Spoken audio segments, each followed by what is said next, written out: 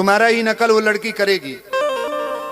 और बहनों से निवेदन करेंगे, जो गार्जियन लोग हैं, अपनी बेटियों को थोड़ा डांट करके रखो कि अश्लील गीत बजा करके कहीं नाचने का प्रयोग न करो। आप फल तुरंत मिलता है कि बाद में? बोलना पड़ेगा। पूजा का फल तुरंत मिलता है कि बाद में? ये वीरेंद्र बाबा व्यास गद्दी से बोल रहे हैं, और हमारे वीरेंद्र तिवारी ऑफिशियल करके जो चैनल है, पूरे उत्तर प्रदेश, बिहार, दुबई, मस्कट, बंबई, दिल्ली, ये मेरा प्रोग्राम कई हजार लोग मेरे मोबाइल पर चढ़े हैं, अपने अपने टीवी पर सभी लोग कार्यक्रम देख रहे हैं। ये मैं नहीं कह रहा हूं, मानस का सूत्र है, पूजा का फल तुरंत मिलता है। और मैं बताने जा रहा हूं, ध्यान से सुनना। आप बताओ, पत्थर की मूर्ति बोलती है कि नहीं? नहीं बोलोगे? पत्थर की मूर्ति बोलती है, अभी दिखा रहे हैं आपको। और वरदान तुरंत मिलता है महाराज। पूजा करने वाली बहनें गौर करेंगी। दो चार गो चीज आज हम बताएंगे। जिनके पास मोबाइल है, मोबाइल में रिकॉर्ड कर लेना। क्यों? जिनकी शादी नहीं हुई है, ये लड़कियां अगर इसका पाठ करेंगी, रामचरितमानस का ही छंद पढ़ेंगी, तो उनके शादी में कभी भी कोई धोखा नहीं होगा। भगवान जैसे राम मिले हैं सीता को, तुम्हारे भी हस्बैंड ऐसे ही प्राप्त होंगे। जो बेटियां जिनकी मांग में सिंदूर नहीं पड़ा है, पढ़ने वाली छात्राएं अपने मोबाइल में जरूर इस कथा को टैच करेंगी। तुरंत तुरंत अभी बताएंगे कहां से। सीता मैया गिरजा माई के मंदिर पर गईली, सर मही पर गिरिजागरी सोहा, अब बरनी न जाई देख मन मोहा। पूजा कीन है अधिक अनुरागा, अनिज अनुरूप सुभग बर मांगा। जय जय जय गिरिराज किशोरी, जय महेश मुख चंद चकोरी। सीता मैया पूजा कर तड़ी, आई नहीं के सथवा एगो बावली गए टप दे फुलवारी में चल गए अंता को। अपने आप जितेंद्रिय हो जाएंगे। शरीर एक रथ है, बुद्धि इस रथ को चलाने वाला सारथी है, बैठने वाला जीवात्मा है, मन लगाम है, इंद्रियां घोड़े हैं, विचरने की जगह विषय भोग है। ये घोड़े विषय भोग का चारा चरने के लिए जाएंगे। अगर मन रूपी लगाम को बुद्धि रूपी सारथी ने ठीक से खींचा नहीं तो ये खंडक में गिरा देंगे। और गिरे हुए बहुत फंसे हैं, और जीव इतना भोला बन चुका है कि गड्ढे में गिरा है फिर भी वो आनंदित है। वो उसी को सुख समझ रहा है, दुख को ही सुख समझकर। यही तो भगवान की विचित्र माया है। जिसे तुम सुख समझते हो वो सुख की छाया है, समझ पड़ती नहीं, ये गिरधर की माया है। भयानक दुख के अंतर में वो डूबा हुआ भयानक परिणामों को प्राप्त होगा, लेकिन उसमें सुख का अनुभव कर रहा है। त्यक्त संगो जित क्रोधो लघ्वाहारो, तो अपने आप जितेंद्रिय हो जाएंगे। देख लेना, घृणा हो जाएगी यार, घृणा। कौन सा ऐसा सुख है जो घृणा के योग्य ना हो? लौकिक बढ़िया से बढ़िया पदार्थ खाओ, तत्काल हम उसे वापस उलटते हैं, देखने लायक नहीं रह जाएगा। चिकनी चमड़ी केवल देखकर फंस रहे हैं, कुछ नहीं, पूरा जीवन बर्बाद हो जाता है। धर्म के लिए तो सेवन करने के लिए ठीक है, बकाया भगवत प्राप्ति के लिए जितेंद्रिय चलो, ठीक से चलो। पिधाय बुद्ध्या द्वाराणि मनो ध्याने निवेशयेत्, शून्ये स्वेवावकाके गुहासुचो वनेसुचो, नित्य युक्ता सदा योगी ध्यानम सम्यक उपक्रमेत। श्री दत्तात्रेय जी महाराज कह रहे हैं, बुद्धि को परमात्म चिंतन से इतनी बलवान बनाओ कि अपनी इंद्रियों के द्वारों से घसीट कर उसे भगवान में स्थित करो। हर इंद्रिय द्वार बंद, अंतर्मुख इंद्रियों को करके परमात्म चिंतन में लव। शून्य स्वेवावकाशेषु, एकांत स्थल में कुछ देर बैठने का अभ्यास करना चाहिए। एकांत सुख मास्यताम, 24 घंटे में 48 मिनट का तो रख ही लो शांत एकांत। अपने कमरे में शयन के समय आधा पौन घंटा अगर आप निकाल पावे, बड़ा आनंद आएगा। 24 घंटे आप सेवा दिनचर्या में लगे, आधा घंटे निकाल लो या 48 मिनट शांत बैठ जाओ। बिल्कुल कोई माला नहीं, कोई क्रिया नहीं, बिल्कुल आप इस बात को देखना करके शांत बैठो, पहले बैठ जाओ। अब देखो आपका मन कहां है, तत्काल देखिए, जो ही शांत बैठे अब है कहां। जो सामने रूप आ रहा है, चाहे वो वस्तु हो, व्यक्ति हो, स्थान हो, उसमें तुम्हारी ममता है, उससे तुम्हारा संबंध है। वस्तु, व्यक्ति, स्थान, प्रभु आ रहे हैं कि संसार का कोई वस्तु, व्यक्ति, स्थान आ रहा है। यदि कोई संसार का वस्तु, व्यक्ति, स्थान आ रहा है तो तत्काल उसमें भगवत भावना करो, या वहां से हटा के तत्काल अपने गुरु मंत्र में लगाओ, शांत एकदम बैठो। अब उस समय जांच करो कितनी बार किसका रूप आया, प्रभु का कितनी बार आया, संसार, और जिसका जितनी बार आए उससे अधिक नंबर देखिए कि 5 बार तो उस पुरुष का आया, 5 बार उस स्त्री का आया, और एको बार प्रियाजू का नहीं आया। इसका मतलब अभी प्रियाजू में हमारा मन नहीं लगा, अभी यहां स्त्री पुरुष में, वस्तु में, व्यक्ति में, स्थान में लगा। जांच करो और हृदय में पश्चाताप करो, धिक्कार है, इतना समय हो गया एक बार भी प्रियालाल का रूप नहीं आया। यही सांसारिक रूप आ रहे हैं, ये सांसारिक वस्तुएं आ रही, धिक्कार है हमारे मन को, धिक्कार है हमारे जीवन को। ये हम आपको आंतरिक बात कह रहे हैं। पूज्य भाई जी महाराज, जिस समय मन को धिक्कार दिया जाता है, जलन होती है, जब जलन होती है तो निर्मल होता है, निर्मल होता है, निष्पाप होता है, मल भस्म होता है, जो ताप अंदर मन में होता है प्रायश्चित का, उससे। अब बार बार सामने आपको जो गुरु मंत्र मिला है उसको लिखिए, कोई माला नहीं, बहुत आराम से, कोई जल्दीबाजी नहीं, 1 मिनट में एक बार लिखेंगे। यहां कोई संख्या हम नहीं बोल रहे, यहां कोई आपको नहीं कि 108 बार करना है कि 50 बार करना, 5 बार करो केवल, हम कह रहे 5 बार आराम से लिख रहे हैं। शांत बैठे, खूब आराम से, बढ़िया रा, बहुत बढ़िया धा, राधा, राधा, रात। आप देख लीजिए, अब ये भाग जहां रहा है, पकड़ो, कहां भाग के जा रहा है। इस वस्तु से क्या संबंध है, इस व्यक्ति से क्या संबंध है, कितनी बार इसको छुआ है, देखा है, भोगा है, मिले हैं, सूंघा है, कितनी जन्मों में। धिक्कार तुझे मन, जो तू राधा नाम को छोड़कर, प्रियाजू के इस अमृत में नाम को छोड़कर भाग रहा है, फिर उसे लाओ नाम में, फिर लाओ नाम में। आप देखिएगा एक दिन उसी रा और धा के बीच में प्यारी जो और प्यारे जो मुस्कुराते दिखाई देंगे, देख लेना। एक समय 24 घंटे में ऐसा निकालो जिस समय आप अपनी अंतःकरण की वृत्ति को बार बार बाहर जाते हुए घसीट कर अंतर में लगाओ। हर समय साधन में लगे हो, लेकिन एक समय इतना साधन कर, जो गृहस्थी में हम कह रहे हैं 10 मिनट शुरू करो भाई, 10 मिनट से 10 मिनट शांत होकर बैठ जाओ। 10 मिनट बैठने में क्या परेशानी, उस समय जांच करो, जहां जहां मन जाए वहां से हटाकर नाम में लगाओ। बार बार सुंदर स्वर्णिम अक्षरों से नाम लिख रहे, रंग बिरंगे अक्षरों से, रा और रंग से, बड़ी आ की मात्रा और रंग से, धा और रंग से, बड़ी आ की मात्रा और रंग से, ऊपर के ऐसे खेलो, मन को खिलाओ, राधा नाम में खिलाओ, डुबाओ इसमें। आप देख लेना, हमारी बात को समझ लो। केवल ये वो बात कह रहे हैं जो आपको प्रियाजू के रूप के ध्यान में डुबो देगी। यही राधा नाम रूप प्रकाशित करेगा। तेरो रूप कहत नहीं आवे, श्री हरिवंश कछुक जस गावे, वो रूप ये प्रकाशित कर देगा। तो कहना शून्य स्वेवाव काशेषु, एकांत स्थन में जहां आपको विक्षेप न पड़े।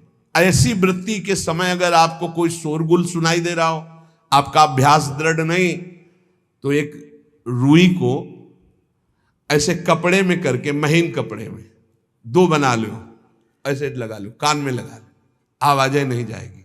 अब ध्यान करो, देखो साधन की प्रणाली। और जब अपने साधन की बात होती है ना, तो आप हजारों अलग अलग आवाज करो तो हमें बस इतना समझ में आएगा कि चिड़ियां चहचहा रहे हैं, आवाजें निकल रही, बस हमारे लक्ष्य में कोई अंतर नहीं पड़ने वाला। और अगर डूबना हो गया तो आवाज भी खत्म, श्रवणेंद्रिय होते हुए भी शोरगुल नहीं सुनाई देगा। पर प्रारंभिक दशा में ऐसा चाहिए। अगर आपको बार बार विक्षेप हो रहा हो, विक्षेप तो इतना कि घड़ी का टक टक भी बर्दाश्त नहीं होता। मन है ध्यान में बैठे ना, वो पहली बार एक खिड़की खुला है, खिड़की खुला है, खिड़की, अब उठो, पहले खिड़की बंद करके आओ। ये इसको बैठते ही देख लो कि कोई ऐसा प्रश्न तो नहीं कर रहा कि अमुक कोई बात हो, उसको निपटा दो पहले।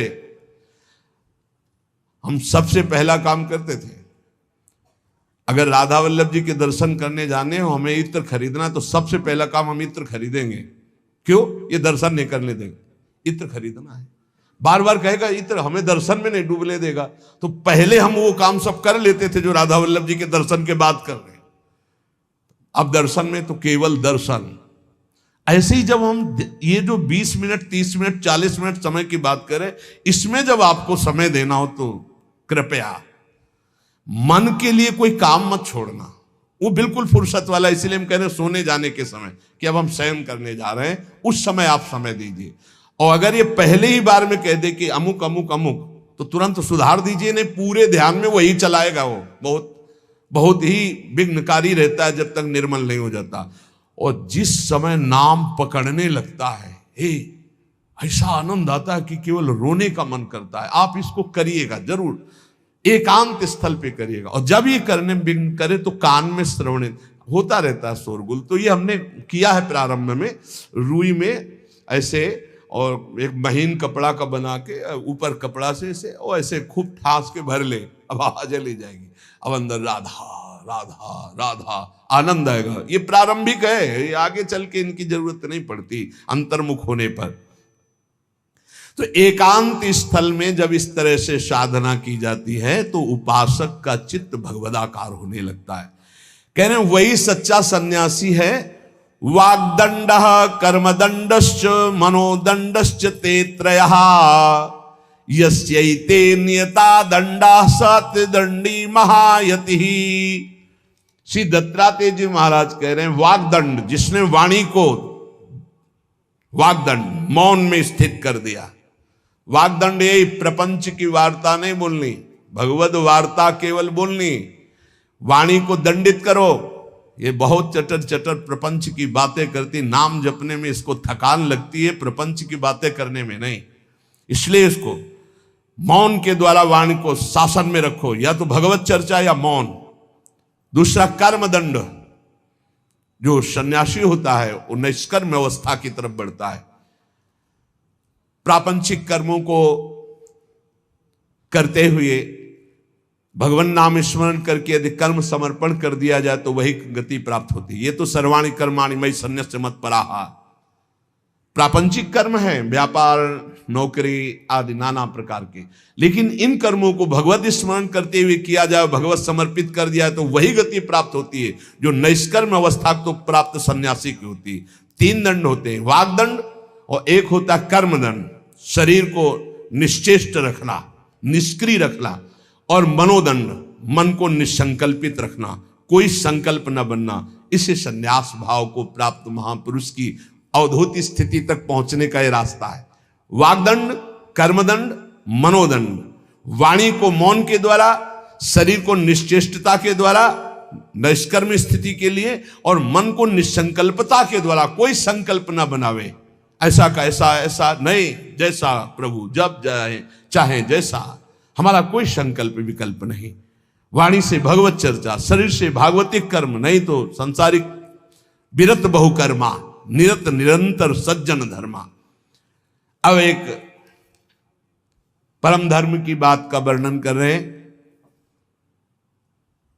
गृहस्थ धर्म में जैसे है, या जिनके पास बहुत अर्थव्यवस्था है, उनको चाहिए कि गौ सेवा से बहुत जल्दी शरीर पवित्र होता है, हृदय भी पवित्र होता है, और गोविंद भी प्रसन्न होते हैं। यदि गावः प्रदक्षिणेर कार्या वंदनीया ही नित्यशः मंगलायतनम दिव्याः श्रेष्ठास्त्वेता स्वयंभुवा। यदि गाय घर में पाली जाए या गौशाला खोली जाए और गौओं की सेवा की जाए, जिनके पास अर्थ है, भाव है, भगवान स्वयं श्री कृष्णचंद्र जी ने गौ सेवा स्वीकार की, गौवें चराई। गौओं की परिक्रमा करने से, जैसे आप प्रभु के बिहारी जी के मंदिर की 4 परिक्रमा करें तो जो फल आपको मिलेगा वही गाय की 4 परिक्रमा कर ले तो आपको प्राप्त हो जाएगा।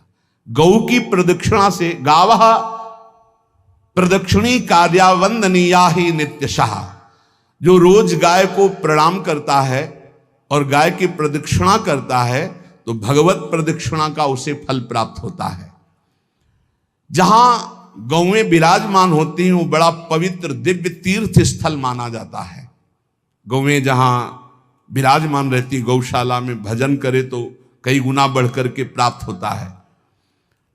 स्वयं ब्रह्मा जी ने गौओं को दिव्य गुणों से विभूषित बनाया है। अप्यागाराणि विप्राणाम देवतायतनानि च यद गोमयेन शुद्ध्यंतिम किम ब्रूमो हृदिकम ततः। गाय के गोबर से जहां लेपा जाता है वहां जिस देवता का आवाहन करोगे वही देवता आकर विराजमान हो जाएगा। अपवित्र भूमि में भी यदि गाय के गोबर का लेप कर दिया जाए तो परम पवित्र मानी जाती है। गाय बहुत पवित्र, जहां वो बैठती है, जहां वो मूत्र त्याग करती, गोबर त्याग करती, वो स्थान तीर्थ तुल्य पवित्र माना जाता है। भगवान जब गाय के पीछे पीछे चलते तो गोरज उड़कर उनके मस्तक पर विराजमान होती, उनके मुखारबिंद पर विराजमान होती। बाल गोविंद के अनिष्टों को दूर करने के लिए गाय के पूंछ को उनके ऊपर से झाड़ा देती थी मैया। जब गुरुमंत्र वैदिक सिद्धांत से दिया गया था पहली बार तो पंचगव्य पिलाया गया था। गोमूत्रम गोमयम क्षीरम दधि सर्पिस्तथैव च गवाम पंच पवित्राणि पुनंत सकलम जगत। कितना भी बड़ा पापी हो अगर पंचगव्य पिलाया जाए तो वो वैदिक मंत्रों को स्वीकार करने लायक हो जाता है, पवित्र हो जाता है। पंचगव्य में 5 चीजें गाय की होती है। गाय का मूत्र, गाय का गोबर, गाय का दूध, गाय का दही और गाय का घी, ये 5 मिलाकर पंचगव्य पिलाया गया था। पहली बार जब वैदिक मंत्र दिया गया था तो पंचगव्य बनवाया था गुरुदेव भगवान ने संन्यास, और वो पिलाया था। ये पंचगव्य पिलाने से अपवित्रता का नाश होकर पवित्रता का संचार होता है। इसलिए धन्य है उनका जीवन जो गौ सेवा परायण है भगवत भाव से। गाय में साक्षात भगवान का भाव रखकर गौ सेवा करते हैं। त्रिषिता गौर गृहे बद्धा गेहे कन्या रजस्वला देवशास्त्र सन्निर्माल्य हंति पुण्यम पुराकृतम। यदि घर में गाय बंधी है और भूखी है और प्यासी है तो तुम्हारे सारे पुण्य नष्ट हो जाएंगे। अगर घर में रजस्वला कन्या बहुत काल तक है और उसका विवाह आप नहीं कर रहे हैं तो आपके सारे सुकृत नष्ट हो जाएंगे। यदि घर में ठाकुर जी विराजमान है, कर का पहनाया हुआ माला सुबह तुमने देख लिया तो तुम्हारे सारे पुण्य नष्ट हो जाएंगे, क्योंकि शयन कराते समय तुमने उतारा नहीं, अर्थात तुम सेवा में प्रमाद करते हो। तो देवतास्त्र सन्निर्माल्य हंति पुण्यम पुराकृतम। जैसे सुबह श्रृंगार किया तो रात्रि के शयन के समय वो हटा लेने चाहिए माले। जब हम शयन कराते हैं तो भले पुष्प शैया पे शयन कराएं पर माला नहीं धारण कराएं। श्रृंगार का माला अगर दूसरे दिन दर्शन किए क्यों पहने ठाकुर जी तो तुम्हारे सुकृत नष्ट हो जाएंगे। गाय बंदी हो घर में, वो प्यासी है और भूखी है, तुम्हारे सुकृत नष्ट हो जाएंगे। त्रिषिता गौर गृहे बद्धा, क्योंकि तुम्हारे पास है, सेवा करना चाहिए।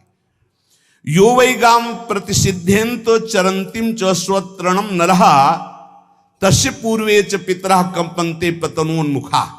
यदि गाय हरी हरी घास चर रही कहीं और तुमने डंडा ऊपर प्रहार किया, लाठी मारी तो तुम्हारे पितर खोपड़ी के बल नरक जाने के लिए तैयार हो गए।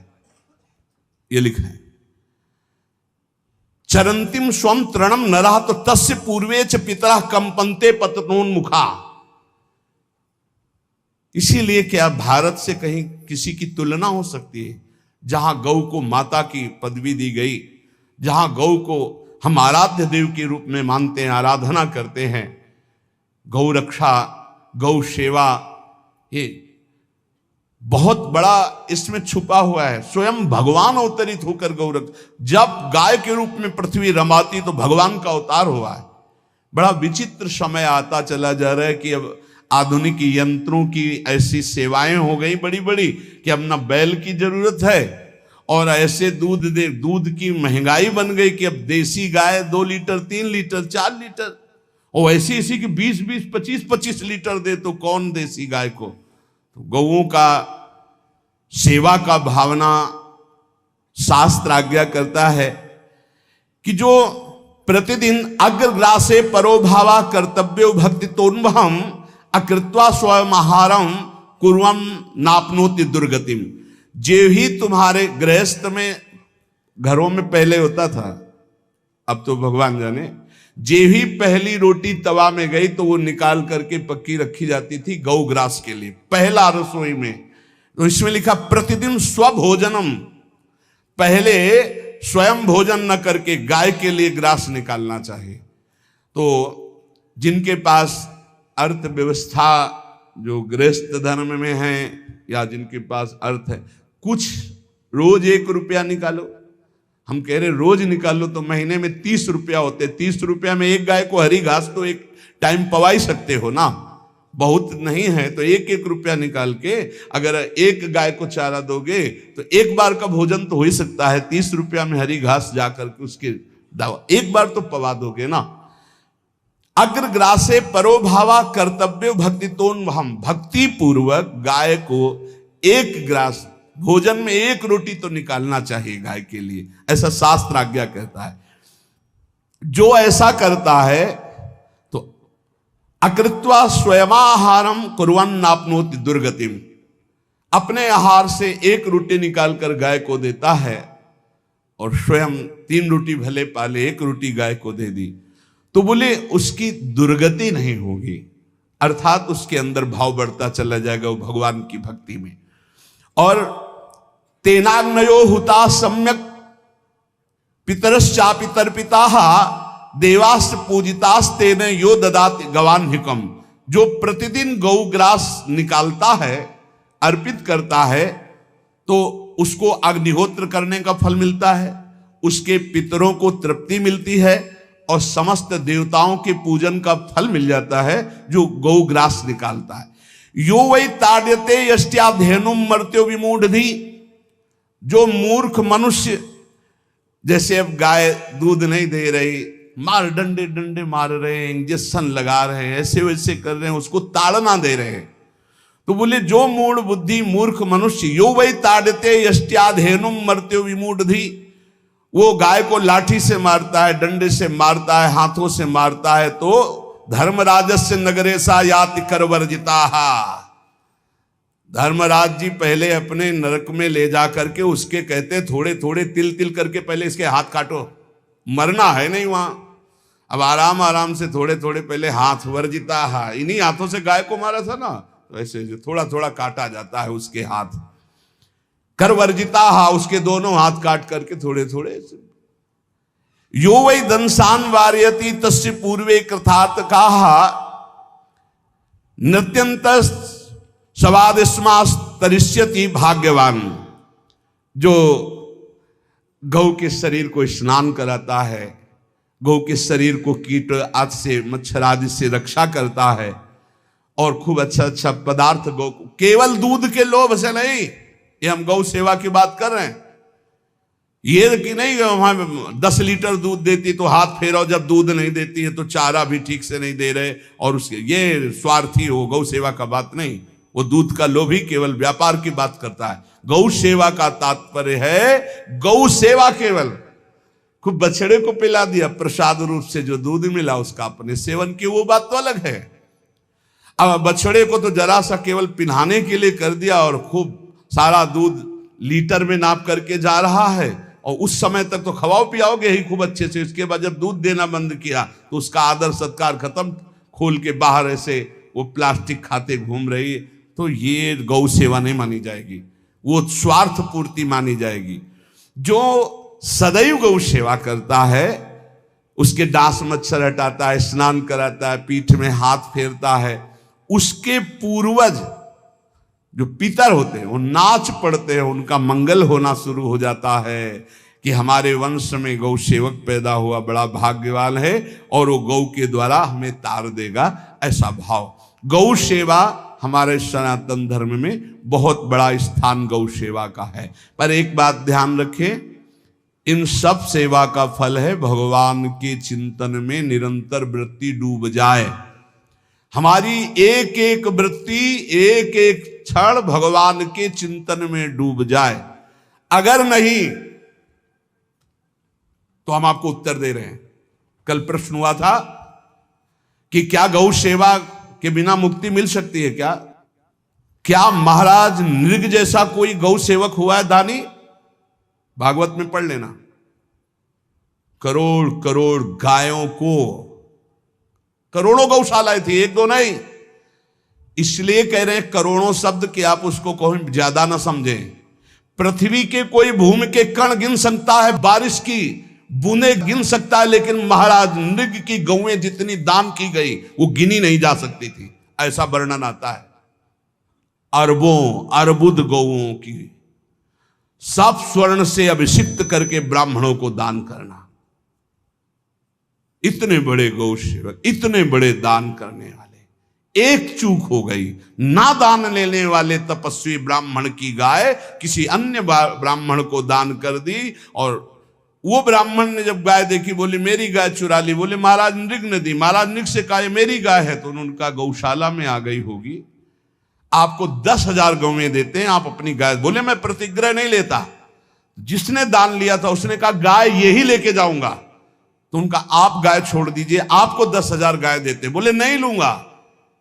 बस अनजाने के अपराध ने गिरगिट बना दिया था, कुएं का गिरगिट। पर भगवान बड़े कृपालु हैं, गौ सेवक थे, इसलिए गोविंद द्वारिकाधीश जी ने उनका उद्धार किया। सब साधन का फल है अच्युत भावना से युक्त होकर, भगवत भावना से युक्त होकर निरंतर भजन करते हुए सेवा परायण रहो, चराचर जगत की सेवा परायण रहो। भजन करना ही सबसे बड़ा परम धर्म है।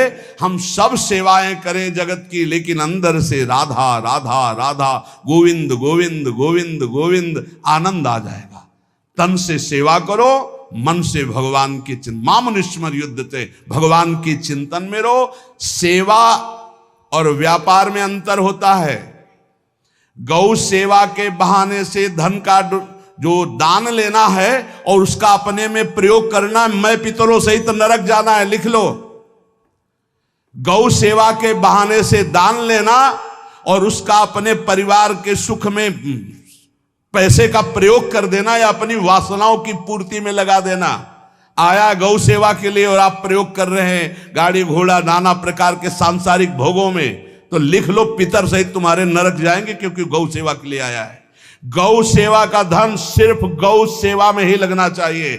आप गौ सेवक है, दूध पान कीजिए, रोटी खा लीजिए, लेकिन गौ सेवा का अर्थ आप अपने वासनाओं की पूर्ति में, अपने मनोरंजन में या अपने मन के संकल्प भावना में नहीं पूरी कर सकते। गौ सेवा के लिए ही पूरी कीजिए। गौ के वास का निर्माण, गौ के भोजन की व्यवस्था, वो दूध दे ना दे, वो कैसी भी अवस्था में हो, उसकी सेवा परायणता, उसके लिए सेवक रखना, सेवकों को भी सुख प्रदान करना, लेकिन स्वयं कभी गौ के सेवा के लिए आए हुए धन का स्वयं के लिए भोग न करना और निरंतर भजन रखना, उसे परम पद की प्राप्ति हो जाएगी।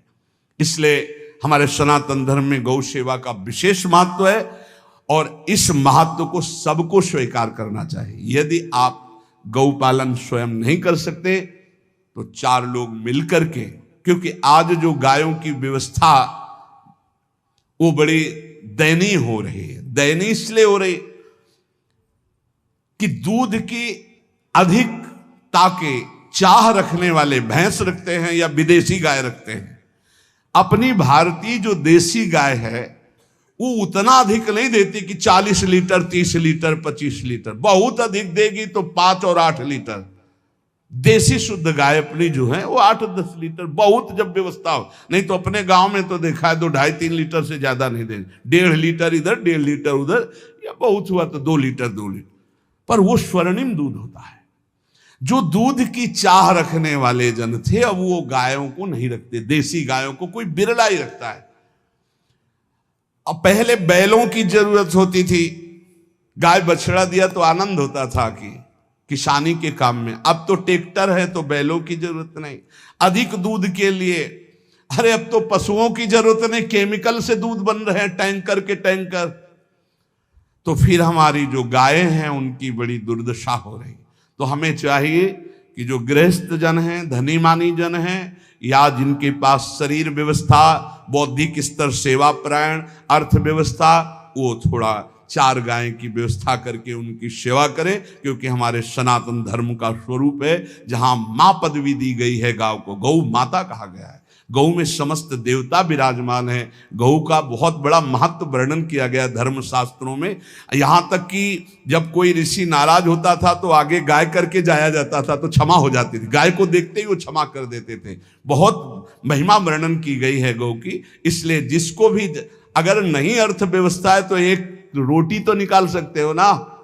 तुम्हारी रसोई में रोटी बने तो पहली रोटी निकाल लो, और आसपास जहां गाय बंधी हो तो उसको दे आओ जाकर, तो कम से कम धर्म का पालन हो जाएगा, गौ सेवा बन जाएगी। तो गौ सेवा, चराचर जगत की सेवा, भगवत सेवा, सबका फल है। फिर प्रारंभ में आ जाइए स्मृति। योगी हो तो चित्त की वृत्ति का निरोध करके परमात्माकार, ज्ञानी है तो चित्त वृत्ति का लय करके स्वरूप स्थित, भक्त है तो एक एक वृत्ति सावई मनः कृष्ण पदार विंदयो। भगवान के चरण में, भगवान के नाम में, भगवान के रूप में, भगवान की लीलाओं में। स्मृति अगर नहीं तो सब साधन अधूरा, और स्मृति तो हर साधन पूरा। इसलिए एक बार कमर कस लो, चाहे जगत की सेवा करो, चाहे जिस कार्य में लगे हो, तुम्हारी स्मृति प्रभु में लगी हो। स्मृति के बिना हम जीवन का कोई महत्व नहीं समझते। स्मृति विहीन जीवन सब व्यर्थ। इसीलिए उन परमहंसों के चरणों में स्वयं भगवान चरण रज लेने के लिए पीछे डोलते हैं, जो निरपेक्षम मुनिम शांतम निर्वैरम समदर्शनम अनुब्रजाम्यहम नित्यम पुयत्यंगुरेण भी। ना कोई प्रतिज्ञा, ना कोई चाह, ना कोई इच्छा, निरंतर भगवदाकार वृत्ति, निरपेक्षम, मननशील, द्वंद्व विमुक्ता, जो शांत हैं, जो किसी से वैर नहीं रखते, भगवदाकार वृत्ति, उसी मार्ग के आप पथिक हैं। सर्वतो भावेन, अपने मन को समेट लो धर्म और कर्म दोनों से, और साब त्यज लोक धर्मान, और परम धर्म का सेवन करते हुए समस्त चराचर जगत को भगवत स्वरूप निरखते हुए इसी जन्म में परम पद को प्राप्त हो जाओ। सत्संग का सार हमारा शरीर है, इससे सेवाएं बने। हमारा मन है, इससे चिंतन बने। हमारी वाणी है, इससे लीला गुण का गायन करें। और हम स्वयं परमात्म अंश हैं, परमात्म स्वरूप है, ऐसी ठसक बनी रहे, जीवन मुक्त ही हो। स्वार्थ को लेकर किया गया धर्म रंग नहीं लाता। निष्काम किया हुआ छोटा सा भी धर्म परमार्थ की ऊंचाई पर चढ़ा देगा। ध्यान रखना, परमार्थ की ऊंचाई पर तुम्हारा ही नकल वो लड़की करेगी। निष्कामता, और बहनों से निवेदन करेंगे जो गार्जियन लोग हैं, अपनी बेटियों को थोड़ा डांट करके रखो। ये अश्लील गीत बजा करके कहीं नाचने का प्रयोग न करो। आप फल तुरंत मिलता है कि बाद में? बोलना पड़ेगा। पूजा का फल तुरंत मिलता है कि बाद में? ये वीरेंद्र बाबा व्यास गद्दी से बोल रहे हैं। और हमारे वीरेंद्र तिवारी ऑफिशियल करके जो चैनल है, पूरे उत्तर प्रदेश, बिहार, दुबई, मस्कट, बंबई, दिल्ली, ये मेरा प्रोग्राम कई हजार लोग मेरे मोबाइल पर चढ़े हैं। अपने अपने टीवी पर सभी लोग कार्यक्रम देख रहे हैं। ये मैं नहीं कह रहा हूं, मानस का सूत्र है। पूजा का फल तुरंत मिलता है। और मैं बताने जा रहा हूं, ध्यान से सुनना। आप बताओ, पत्थर की मूर्ति बोलती है कि नहीं? नहीं बोलोगे? पत्थर की मूर्ति बोलती है, अभी दिखा रहे हैं आपको। और वरदान तुरंत मिलता है महाराज। पूजा करने वाली बहनें गौर करेंगी। 2-4 गो चीज आज हम बताएंगे। जिनके पास मोबाइल है, मोबाइल में रिकॉर्ड कर लेना। क्यों?